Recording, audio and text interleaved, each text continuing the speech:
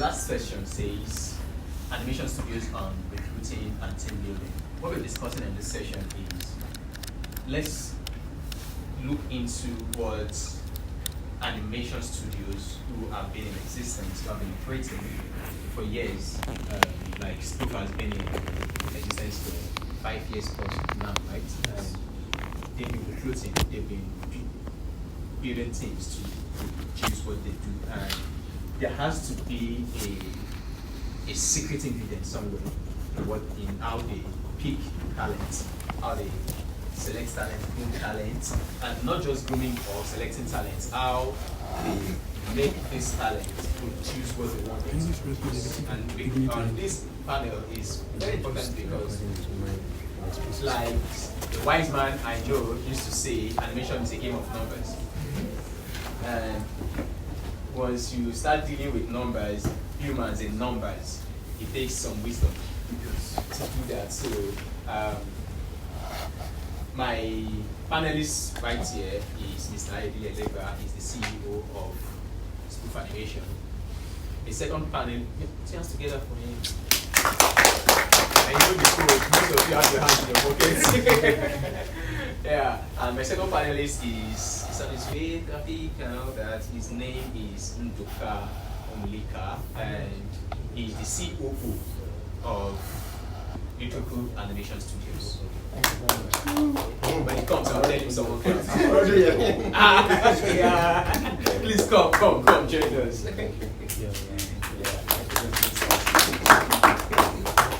Yeah, welcome. Thank you very much.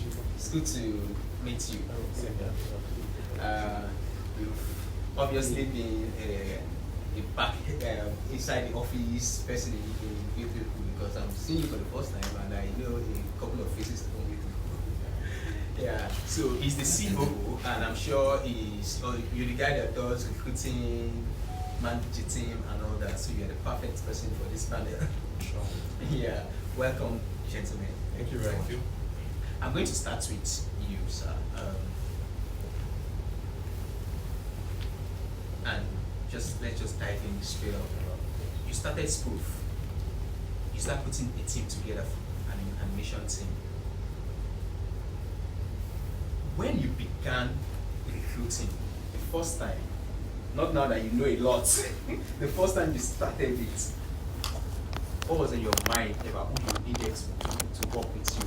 What was those criteria? What were the criteria you were thinking in your mind? I need someone like this, I need someone like that, I need someone like that. And then now that you've gone 5 years later, has that changed, or you may say, or did you learn something and be like, if I knew this, that time I wouldn't have recruited the other person, Let's. Okay, good evening everybody again. Wow, it's a pleasure to be talking on this topic. Okay, my journey into building Spoof might be different from every other business that you have seen, and I guess that's why our company is quite unique from other companies. When we began, when I had the vision to start Spoof, it happened suddenly. I didn't have a business plan. I didn't know anything about running a business. It was like my first, not my first business, but the first time I was going solo. The other times I've done business was with partners and all that. So this was the first time I was going to go solo, and I was trying to do something that nobody has done before. At least in the way I wanted to do it, which is 2D animation. 3D animation was everywhere, but 2D animation was quite difficult. So I knew that one of the challenges I would face is human resource. Because at that time, there was nobody who was doing 2D animation the way I wanted to do it, Disney. Because my goal was Disney, do it like Disney. So what I did was, I had a belief system then.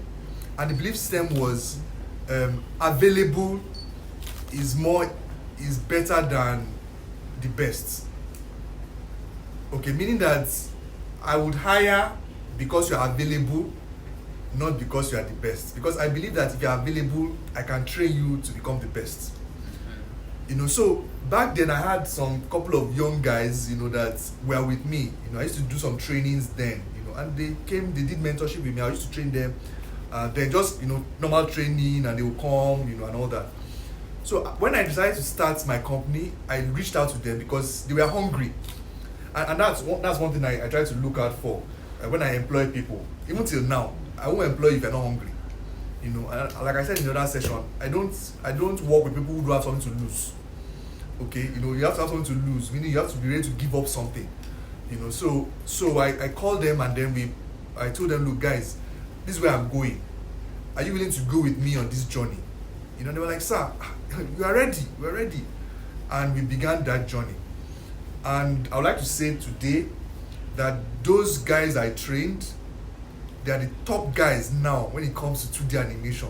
One of them is Collins Momodu, who is the second best, in my own opinion, second best storyboard and animatics for 2D right now in this country. The other one is Osaz. Osaz is so good now. Went to Ethiopia. I took him to Ethiopia together. Went to Ethiopia together. And, when we got there, they brought artists from other African countries.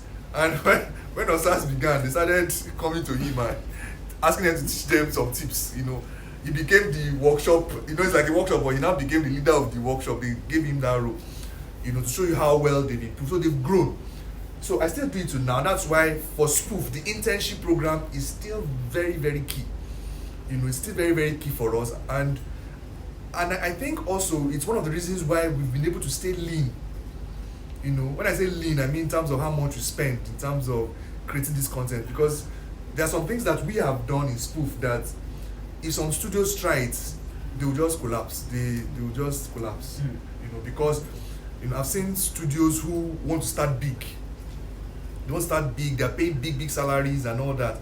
In this industry, it's very difficult for you to actually break even that fast. Okay, so I think that's how I started, and I've maintained that. I always look for available, not the best, because I can, based on my training, I can train you to become the best. There's nobody that has come to Spoof that has not become the best. Some of them now, they've left Spoof and they're doing stuff. If I mention their names, I don't know who knows Shegun Samson. Shegun Samson was a product of me. John Zino was a product of mine. A lot of them, who are scattered around, doing great stuff now. So if you come to Spoof, you will become it. There's no guarantee. You will become it. There's a guarantee, sure guarantee. Just 6 months, 1 year with us, you would get there. Yeah. So that's a lot of kudos to growth and team development. Mr. Luka, you work a lot with creative guys, and what would you say are the key factors in keeping creatives motivated on a task? Thank you very much. Well, I agree with a lot of what he said, but there are some also areas of digression with regards to our own experience, Exactly. with regards to building a team. Just a quick one. What we wanted, we have a project, clearly 3G project, and in recruiting for that, we faced a lot of challenges. So the point he talked about being available, being the best, sometimes the available is not always the best. Exactly. What I've seen. And taking the available sometimes and not going for the best also will cost you more in the long term on some projects, because they do it and you get to a point you see that you have spent so much money, you now have to start again. Yeah. So in our own team building, we've tried as much as possible to bring in people who are capable, who are hungry, like I said, because the desire has to be there. Someone comes to you, I've seen a lot of people come, and those that have called the highest amount, this is what I want, they've not, in practice, they've not really done the best work. So you see some other people that are hungry, they say because there's a project. So to keep people motivated, I think creatives want to be involved in a project. Yes. They want to have something where I'm building my portfolio, I'm doing this, I'm doing that. So even as a studio, there are some things we take on, not because it's so profitable, but for us to say, if we're going to go and pitch to someone, we have and say, okay, we've done this, we've done that. Yeah. So I think when you have that, then you're also able to manage it, because I think creatives need to be managed. There's a lot of, should I say, for time management, not the creative skill, for time management, a lot of micromanaging that has to happen. And to keep them motivated, you have to ensure that, okay, they have what they need, because for instance, electricity, someone is working and the person does not have that. We run basically 24 hours for the past many years. So you have to keep them that way. Give them a project that they believe in, something that they can stick their name to. That's what keeps them. So sometimes they're working on a project, not that they are earning somewhere, but they know, okay, at the end of the day, you know that the person wants that project to finish, and they say, okay, I'm part of this, and I'm doing this part of this work, something significant. Because a real creative is not just a money grabber. Who I just call, you pay me $1 million, and I'm not doing something tangible. I waste that time. You understand? So the money will come, but it's joy and satisfaction that I've seen in creatives for them to do something that they can stamp their name to, and something that people will talk about. Like he's talking about some other people. Like, oh, John Zeno, I know we work with John Zeno. You're talking about that. And those people, what will count for them is, okay, I worked on this, I worked on that. So you see that people come to work for you because of the project you have and the kind of job and experience they're going to get. Because without those kind of experiences, they are not going to grow. They're not going to grow. So you have people that will say, okay, come and do this, I'll pay this. So you now find out, say, I'm paying you so much, why are you now leaving? Because there's no motivation, there's nothing driving that person. So there has to be that drive. And the one that does not have a drive for a project-driven ambition. So I think that is, but you also have to look at the welfare, because the money is key also. Looking at the time that is put into it, because creative work is not something that is 9 to 5.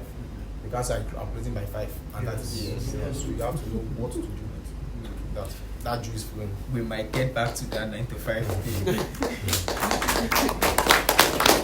Let me ask you. In the time you mentioned how you started and your strategy, the intern, catch them hungry and raring to go, give them projects, monitor their growth and all that. Are there other strategies you began with that 5 years later you realize that no, I shouldn't do this again and I would have done it differently? Are there lessons you learned along the way? One of the biggest one that I won't say I've learned it, but I'm trying to learn it, is that there's no family in business. It's the hardest thing. It's the hardest thing that has made me bleed. I've cried, you know. When I began my studio, I took it like a family. We eat together, we drink together, we watch cinema together, you know, one love, you know, I die for you, you die for me. And we are living the dream, you know, we are living the dream. And I was so happy there, you know, it's like you leave your home and you're entering another family. It's like I'm not even walking, I was like, feel so. But then, you know, people started growing up, you know, life started catching up with them. And then I think the first shock I got in my life was when one of them came into my office and he was like, "Sir, I'm sorry, I need to pursue something else, blah, blah, blah. I would like to leave Spoof." I was like, what did I do? Did I do anything wrong? You know, I used to beat myself a lot then, thinking maybe I did something wrong, maybe I was not a good leader, maybe I did not take care of them, maybe I didn't give them projects that would, you know. So it took me a while to realize that not everybody would stay with you. Not everybody will stay with you, and it's a hard fact, you know. And the painful part is, you know, when you meet me, for example, someone just left me last year. This guy, when he came in, he could not do anything at all.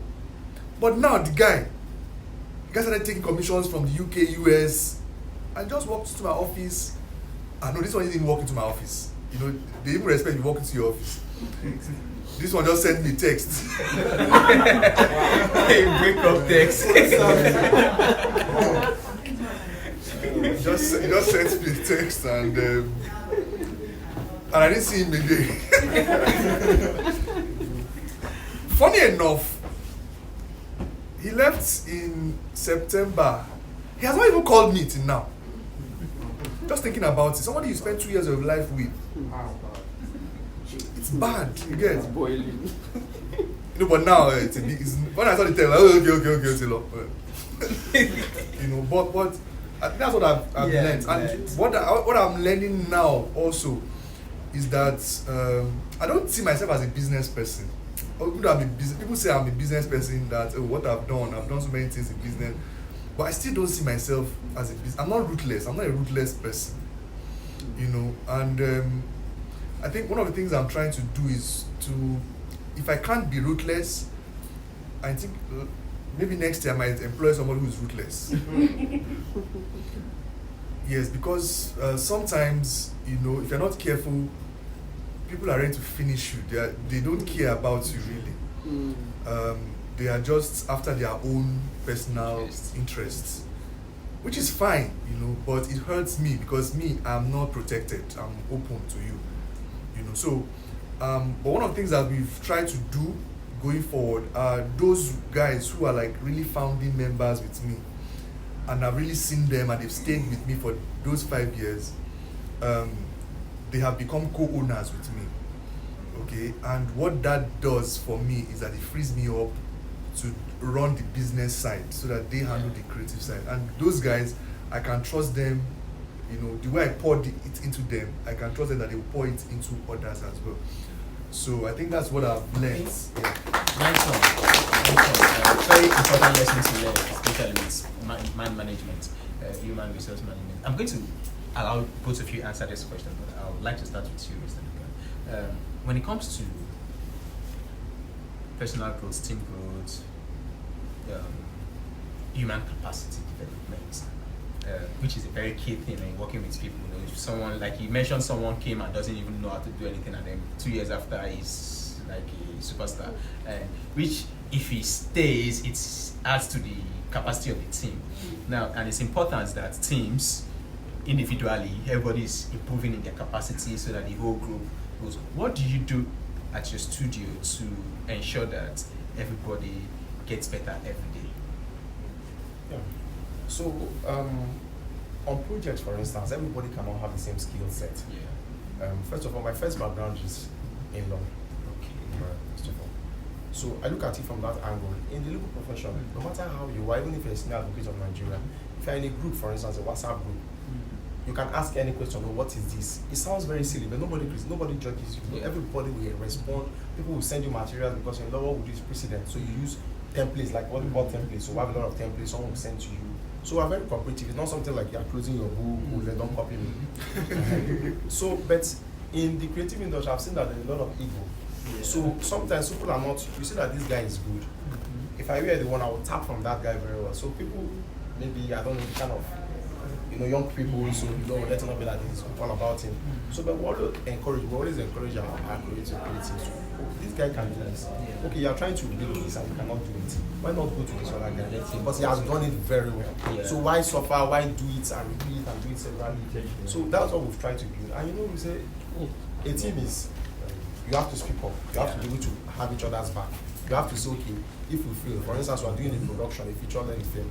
If it's a 90 minutes film, if you have 20 minutes in it and yours is the best, and the other 10 minutes is not good, when they are watching that at the cinema, they will not say, this first 20 minutes is John's zone, the other 5 minutes is this person's zone. Nobody's going to say that.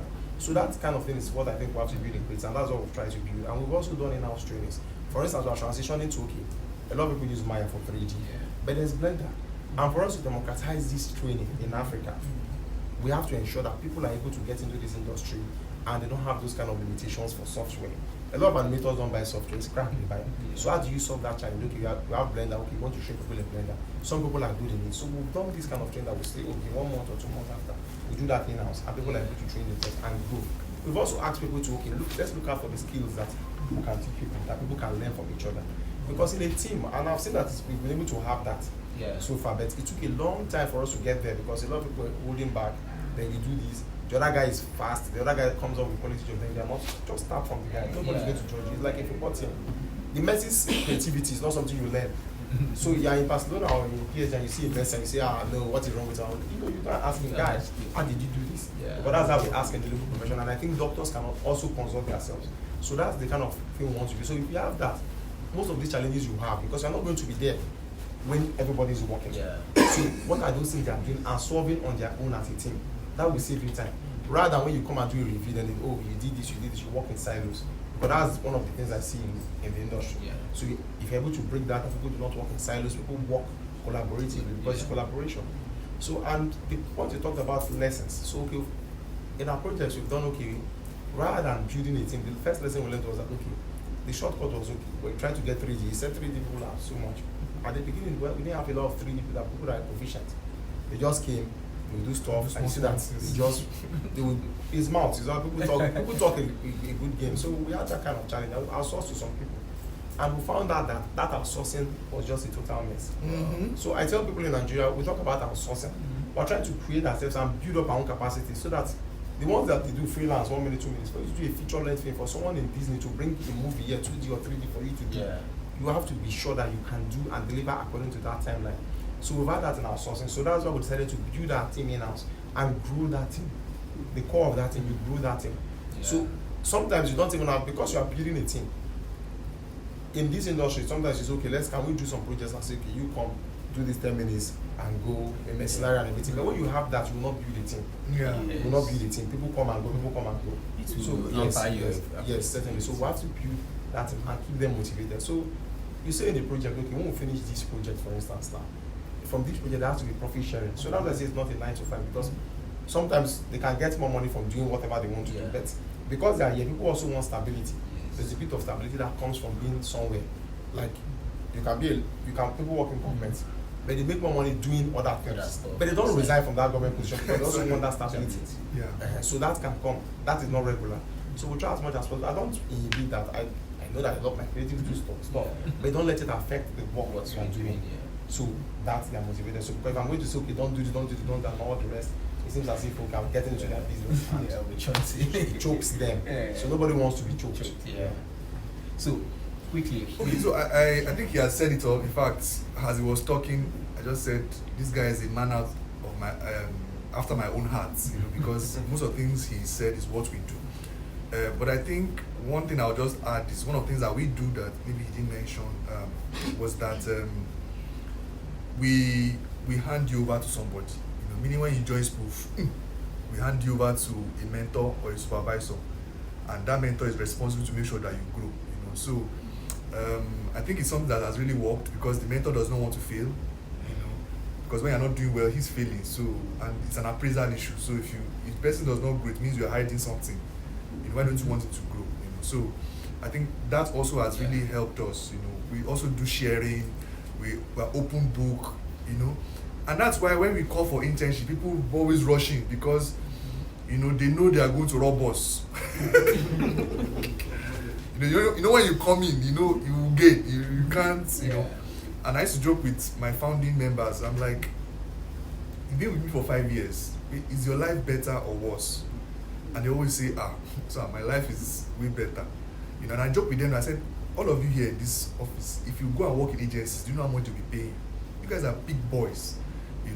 And I think that's one of the reasons why many people still want to come into school. We stopped taking people because we're not getting that much projects anymore. That we need a larger team. But hopefully next year when things pick up, we would call for people again to come in and then we'll train. So I think that's the only thing I think we do differently. Can I say something? I think what you said is very good. Yeah, that issue of handing people over to mentors. Yeah, especially when they are coming in afresh. So in order to solve that challenge, the challenge we faced at the beginning, getting people that are good with this creativity, we've tried to do set up an animation institute.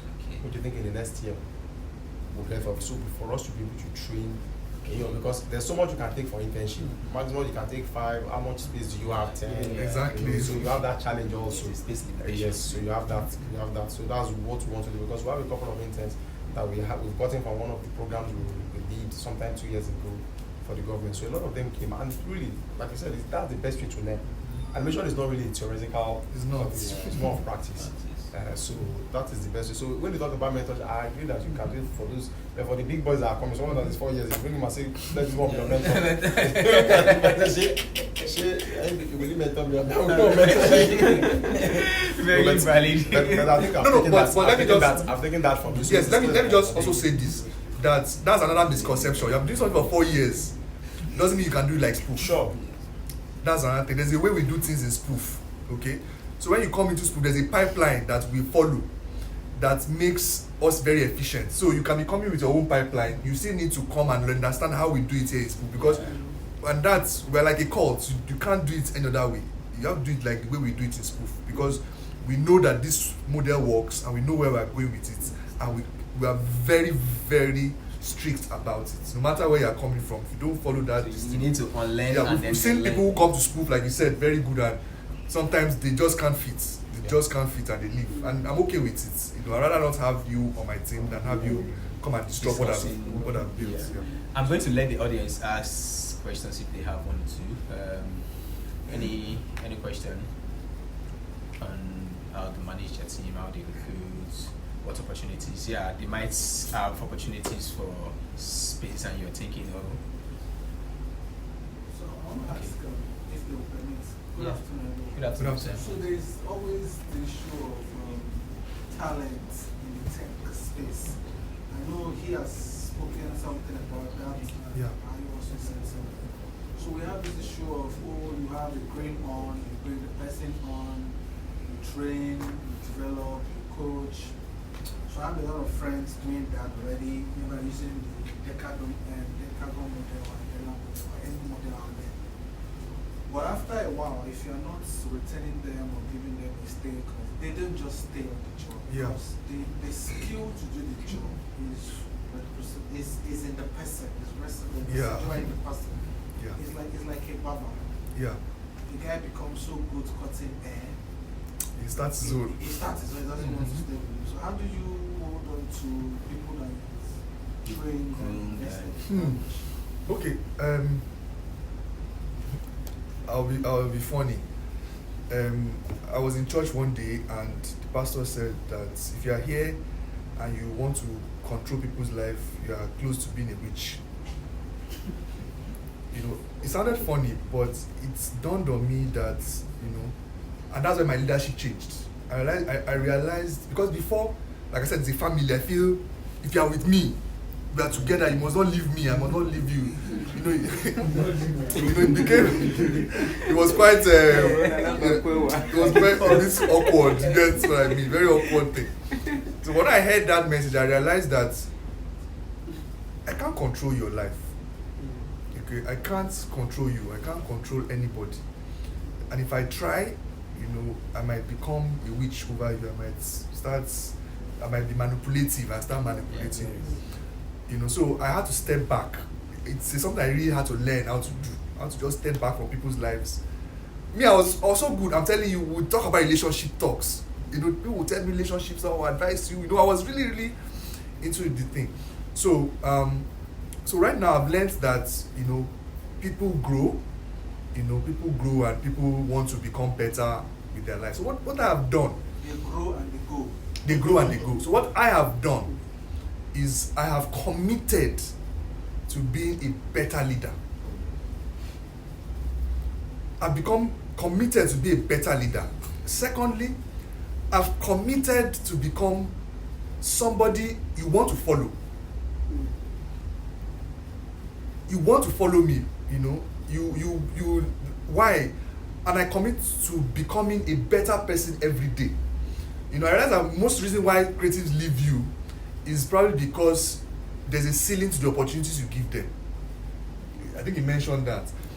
Maybe there's this kind of animation they want to do, and you're not doing it. For example, maybe all you do is take agency work. They might get tired of it and like, sir, I want to do something action. I want to do something, So what I've done in Spoof is, and that's why, and it has helped us. People don't know, but Iroko that has given us so much publicity and so much fame in life. We've gotten so much jobs from Iroko. Iroko was done just because I wanted to just make the team happy.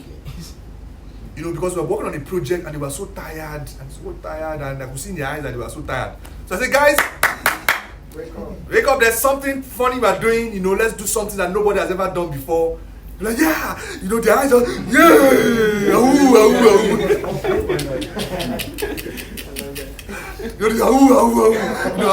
I'll do this, I'll do that.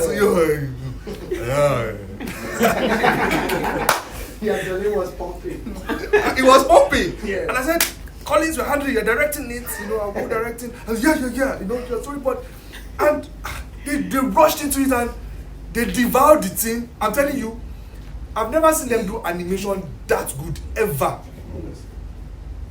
And I'm telling you, that's one decision I made in my life that I would never regret. Because that's part, we showed it at Comic Con 2018, and our life just took off from there. You know, just because I cared about them, and that's what I do as well. I care about them. I care about people. I care so much that sometimes when they are leaving, there was a guy that was leaving us and he was crying. He was crying, and his own was even funny. You know, he said his pastor said he should leave us. That's another angle. My eyes have seen. He said his pastor told him to leave, that his destiny was somewhere else, that he needed to pursue his destiny. And because the pastor was, you know, there's a God, that's why I'm saying witchcraft. There's a level of witchcraft.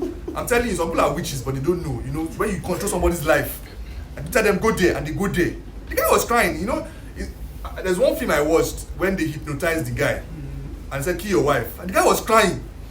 He was crying, and he killed the wife because he was not himself. That was what I saw in that guy. He was crying. He didn't want to leave, you know, but he can't. Pastor said so. You know, so these are the things I've done, and I think the final thing I've done is that I've made sure that when you leave Spoof, this is going to sound funny. When you leave Spoof, wherever you are, you will look back and wish you had never left. Yes. Because when you look back, where you left us is not where you meet us again. Okay, so you always like, if I had stayed with these guys, I would have been part of that project. Or if I had stayed with these guys, I would have gone to France. So if I had stayed with these guys, I would have done this. So I always try and keep that level of, you know, yeah, you don't know. There's always growth. You never know what will happen to Spoof. So you always want to stick around to have the benefit of that. Because ultimately, this is the last thing I do as well. Everybody in life wants to be part of something great. Yeah. Everybody. You want to say, I was part of something great. So for me, I try to look for what is great and do it so that you always want to be part of it. Do you have anything to add to it? Yeah, with regards to what you talked about, you know, what I think is that sometimes you do all you can, no matter what you do, the person will still live. It's like even when you are dating a girl in school, you do everything you want to do. Yeah. So no matter what you do. So but what we've thought about as a studio and what we want to do is we're talking about the growth of the industry. So except we're able to grow the industry and grow the pie, that's only when you can retain people. So we talk about training. So the cluster approach is what the model I think is the future. What's that cluster approach? Okay, you're able to train people. So you are training them to be able to create and find work. So how would they create and find work? You are able to ensure, because our interaction with government, there are a lot of things we can do. Animation is for both education and entertainment.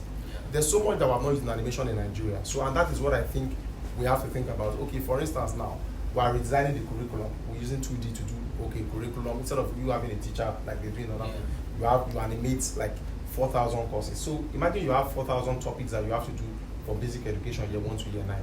So when you have that kind of pie and you train people, then immediately they have this because you already have an off-taker. So that's you're able to create that pie. So those that are going to retain will be able to retain. There's some who go and find work.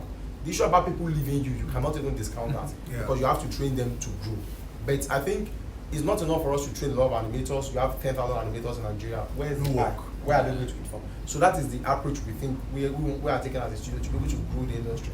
Because we've seen that with our interaction with everyone, maybe internationally, without having an industry here, an animation industry in Nigeria, you're not going to get the big job.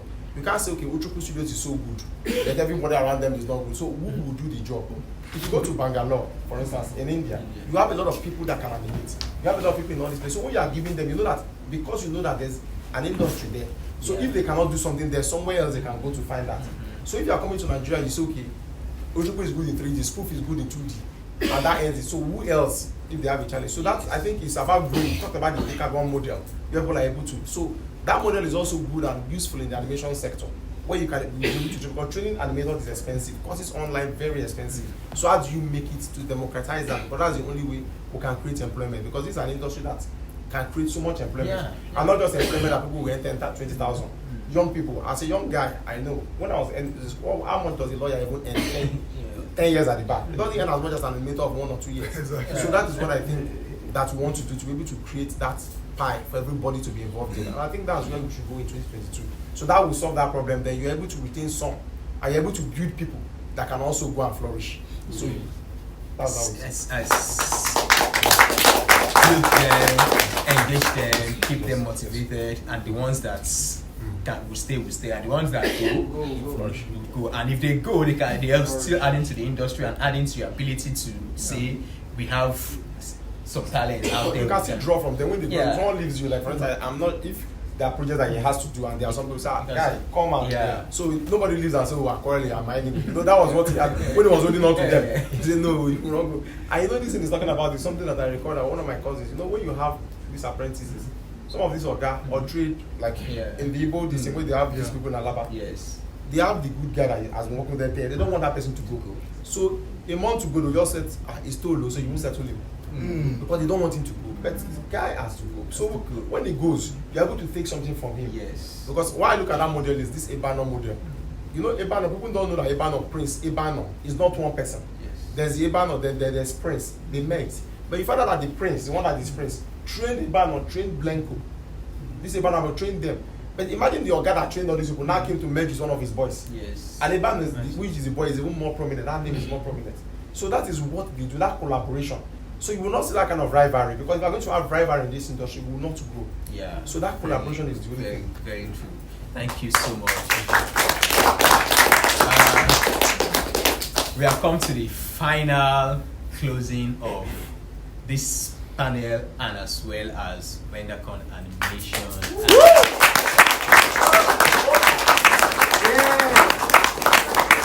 Let's take a photo for this panel, and I will let the founder do his vote of thanks.